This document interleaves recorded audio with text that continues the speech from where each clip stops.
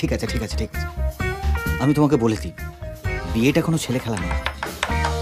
আজ একবার তুমি এই দরজা দিয়ে পা রাখলে বাজে না, বুকে ভিতরে এসো। আরে তোমার গায়ে এত শক্তি কি করে এলো? তোমাদের এই শহুরে গ্রামীণ জুটি খারাপ লাগছে না? আরবান কনস্ট্রাকশন তোমাদের উপর নির্ভর করছে। Thank you.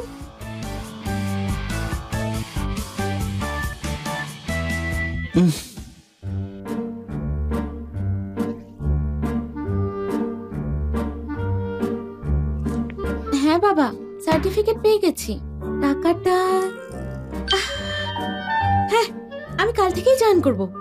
মাত্র 10,000 টাকার জন্য আমাকে বিয়ে করেছে। এও তাহলে টাকার পেছনে দৌড়চ্ছে। যদি আমাকে দাদু না দিব্যি দিতেন, তাহলে এই গ্রামের মেয়েটাকে আমি কখনোই বিয়ে করতাম না। বলছি, আমরা কোথায় থাকবো? তুমি কি এখনো আমার সাথেই থাকতে চাও?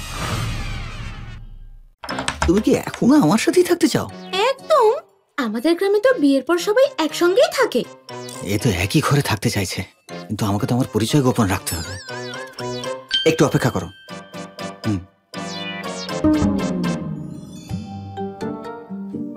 বলুন স্যার, আপনি তো বিয়ে ভাঙতে এসেছিলেন, সার্টিফিকেট কিভাবে পেলেন? আর জিজ্ঞেস করো না, ওই মেয়েটা না খুবই শক্তিশালী।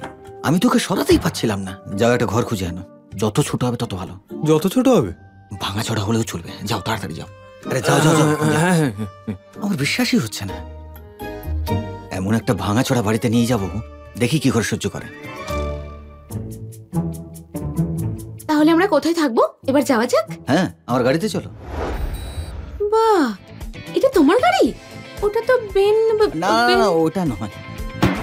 একজন সিকিউরিটি গার্ড এত দামি গাড়ি কি করে কিনবে? আমি তো ওটার কথা বলছিলাম। ওটা আবার কি? এটা একটা শেয়ার্ড ইলেকট্রিক বাইক। আগে চড়েছো?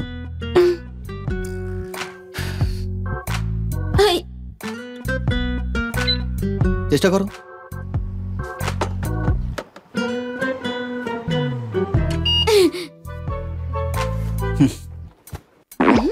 মা, গাধায় চড়ার চেয়ে এটা কি আরামদায়ক? গাধায় চড়েছো কি? তুমি কি প্রাচীন যুগের? ঠিক আছে, আস্তে আস্তে করো। হ্যাঁ হ্যাঁ, চলো চলো, ঠিক আছে, আস্তে আস্তে।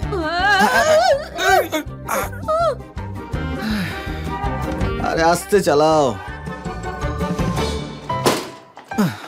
এসে গেছি।